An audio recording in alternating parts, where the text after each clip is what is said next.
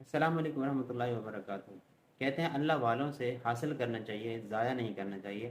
اپنے ذہن کے مطابق فضول قسم کے سوالات اور ایکسٹرا قسم کے سوالات کر کے اپنے آپ کو ضائع نہیں کرنا چاہیے، بلکہ ان سے کچھ حاصل کرنا چاہیے۔ ایک دفعہ حضرت عیسیٰ علیہ السلام ایک آدمی کے ساتھ شریک سفر تھے، اور وہ آدمی احمق تھا۔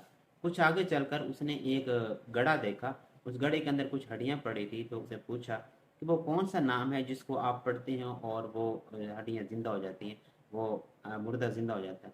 تو حضرت عیسیٰ علیہ السلام نے اس شخص کو ڈانٹ دیا اور فرمایا کہ چپ کر، یہ تمہاری زبان اور تمہارا دم اس لائق نہیں ہے۔ تو اس شخص نے کہا کہ اگر میرا دم اور میری زبان اس لائق نہیں ہے تو آپ اس مردے کو زندہ کر کے دکھائیں۔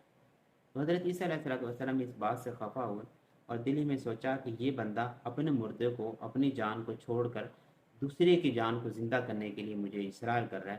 تو جب حضرت عیسیٰ علیہ السلام نے دیکھا کہ وہ بندہ اپنی بات سے ایک قدم بھی آگے پیچھے نہیں ہٹ رہا اور اپنی ضد پر قائم ہے کہ یہ اس کو زندہ کرنا ہے، اور اس پر حضرت عیسیٰ علیہ السلام کو تنقید بھی کر رہا تھا کہ آپ ایسا نہیں کر رہے اور آپ مجھے وہ معجزہ نہیں دکھا رہے۔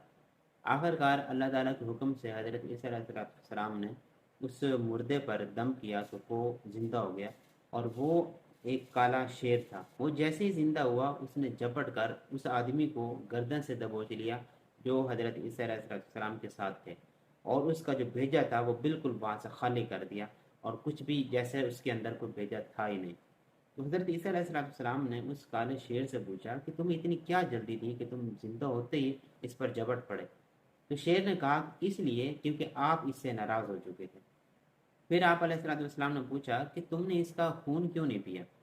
تو شیر نے کہا کہ اگر یہ میرے نصیب میں ہوتا، یہ رزق میرے نصیب میں ہوتا تو میں مردوں میں کیوں ہوتا۔ تو اس سے ایک بات یہ بھی ظاہر ہوتی ہے کہ جب انسان کا دانہ پانی ختم ہو جاتا ہے نا، اس وقت انسان کی موت واقع ہو جاتی ہے۔ انسان دنیا میں جو آیا ہے نا، وہ اپنا دانہ پانی پورا کرنے کے لیے آیا ہے۔ تو اس سے ایک بات یہ بھی ثابت ہوتی ہے کہ جس آدمی کا یا جس چیز کا بھی دنیا میں دانہ پانی ختم ہو جاتا ہے، اس وقت اس کی موت واقع ہو جاتی ہے۔ اور دوسری بات اس سے یہ بھی ثابت ہوتی ہے کہ ہر شخص کو اللہ تعالیٰ نے ایک جیسی عقل، ایک جیسی سوچ اور ایک جیسی سمجھ نہیں دی، کیونکہ دنیا کا نظام چلانے کے لیے ایک آدمی کو دوسرے آدمی پر برتری ہونا ضروری تھی، اور اسی سے دنیا کا نظام قائم رہ سکتا ہے۔ اور یہ برتری اللہ تعالیٰ اپنے قرب حاصل کرنے والے بندوں کو اور اپنے برگزیدہ بندوں کو عطا فرماتا ہے۔